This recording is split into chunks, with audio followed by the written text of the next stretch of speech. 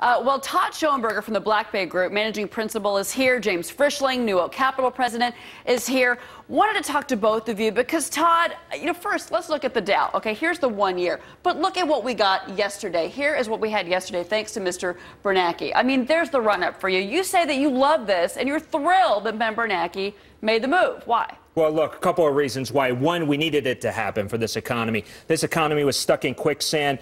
Clearly, this fiscal cliff, that's a whole nother issue. But going forward right now, the markets needed to do this. He had to pull the trigger. And even though this isn't implemented until January, this is great for stocks. You'd be a fool not to be investing in stocks at the start of the year. But, Jim, you don't agree with that, though. You think that they should not have made this move. Well, what has it really done for us? Well, I think the move was widely expected. In fact, I even think that he took it even further by going with the open market ended of it. However, we have low rates. We've had plenty of stimulus. We've expanded the balance sheet and provided as much liquidity as the Fed has ever done in the past.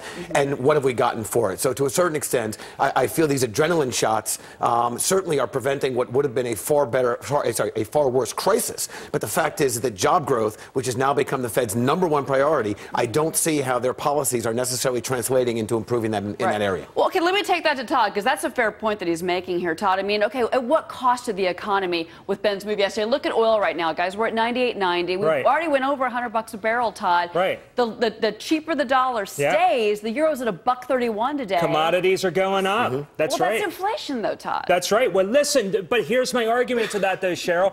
Ben Bernanke, I know, but Ben Bernanke, when has inflation not been an issue with this current Board of Governors right now? Look, here's the thing. This is an economy that wasn't going anywhere. The risk was too great for Ben Bernanke to wait and pull the trigger on this. He could have waited until December, but he chose to announce it today or yesterday, obviously with not implementation until January. Look, here's the thing, guys. This economy, he ran a lot of risk here because if he didn't do anything, the markets would have sold off, would have went in the opposite direction. You would have a decimated household balance sheet. You cannot have that going forward. But for how long, Jim? Well, look, I think housing prices and housing in general has had a nice run.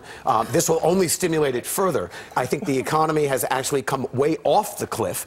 We do, by the way, still have the same major issues, the slowdown, for example, in China. We've got the European debt crisis. We've got the fiscal cliff coming. We've got a very contentious election coming up. And by the way, let's now add in the Middle East. So the risks are out there. This is a pop to equities, but equities doesn't translate to Main Street. Todd, you can't. Equity pricing doesn't translate I can't believe to jobs. Oh, my. We start January. The average 401k balance is $107,000 in this country. We're up 14% in the S&P. This is great. People feel wealthier. But let me tell you something, guys. There's nothing organic about it. Look, this is an administration right now. Here's the risk, guys. Bernanke's term ends in January of 2014. Mitt Romney's been very public. He said, look, if he's president, forget it. He's out. He's out. Here's the thing. Obama gets reelected. He will be the first president in U.S. history for 8 years to have nothing but stimulus, and it's going to continue on. Look, I know this is poison. It's kryptonite to the economy. I get it. However, there's nothing else out there that's going to get this economy to grow on its own. But you got to do something. But doesn't the move by Bernanke basically say the Fed is saying they need to do this on their own? Where else? Where's Congress? Where is everyone else? Because it seems like he's on its own right now, saying, put it on my back and I'll carry it, and that's not going to work. But hold on. He's the only guy in Washington, D.C. right now that's actually working, and he's being proactive. He's not being reactive. He's not waiting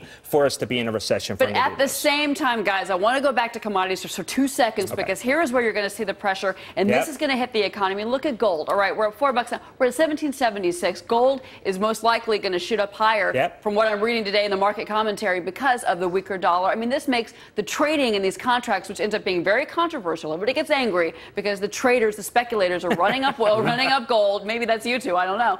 And then we have this big debate in 6 months. I mean, and he's causing this, Todd. I think that's my point. What he pulled yesterday.